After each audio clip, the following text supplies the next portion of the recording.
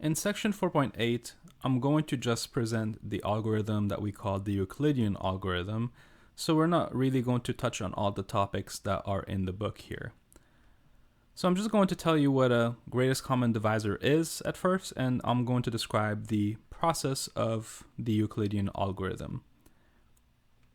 Now, this algorithm will be super useful, especially when you want to find the greatest common factor or the greatest common divisor of two or more numbers. It is incredibly fast to find the common divisors of two numbers using this algorithm. It beats factoring large numbers, especially because factoring is a difficult task in mathematics. So the Euclidean algorithm goes around this and tells you the GCD of two numbers without even having to factor the numbers. It just includes some divisions and you have to be kind of organized, but other than that, you could do this with a simple basic calculator. Now, first, before I get into the actual algorithm itself, let's talk about the GCD. I said those letters a few seconds ago, but what does it mean to say the letters GCD? And what does it stand for? GCD stands for greatest common divisor.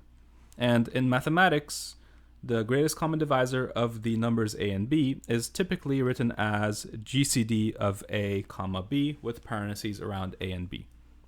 The order here is not important. You can have a first or b first. It doesn't really matter. GCD of ab is the same as GCD of b and a.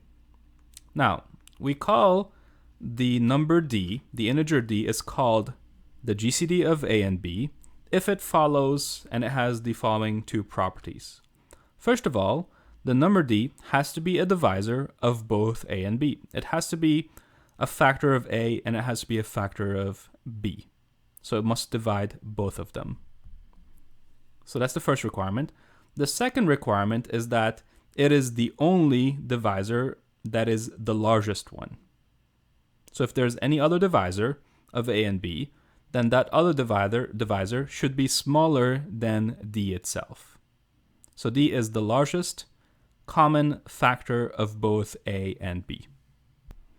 So to summarize, we called d a GCD if the number d is a common divisor of both a and b, meaning it divides both of them, and it is the largest such number that divides both a and b. No other number that divides a and b is larger than d. In this case, we call d the GCD, the greatest common divisor.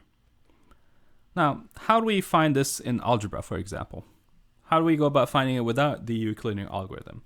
Well, to find the GCD of 30 and 40, for instance, I would have to first break down the 30 as 2 times 3 times 5. Then I would have to break down the 40, which is 2 times 2 times 2 times 5. Then look at the repeating factors. Then in this case, the repeating factors are 2 and 2, then 5 and 5. Those are repeating, so that means that the common factors, 2 and 5, are going to represent the GCD. So 10 is the greatest common divisor. 10 divides 30, 10 divides 40, and it's the largest number that divides 30 and 40 at the same time. Now keep in mind, 15, for example, divides 30, but it does not divide 40. Again, 20 is a number that's larger than 10, but 20 divides 40 and it doesn't divide 30, so it's not going to be called the GCD. The number that you find has to divide both of the 30 and the 40.